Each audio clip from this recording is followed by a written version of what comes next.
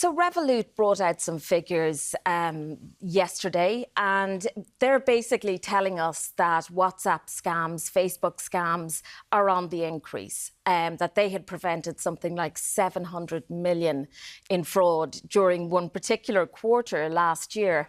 Ireland, we're particularly susceptible.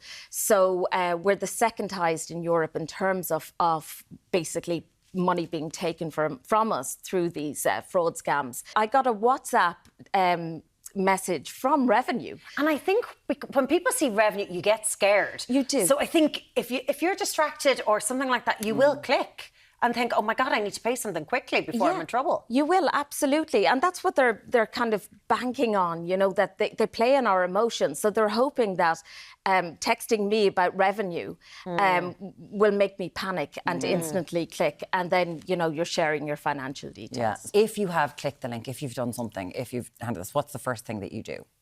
Well, the first thing you do is get onto your bank, you know, and alert them to the fact that this has happened. The problem is that a lot of us think of WhatsApp, because it's encrypted messages, that we are somehow safer.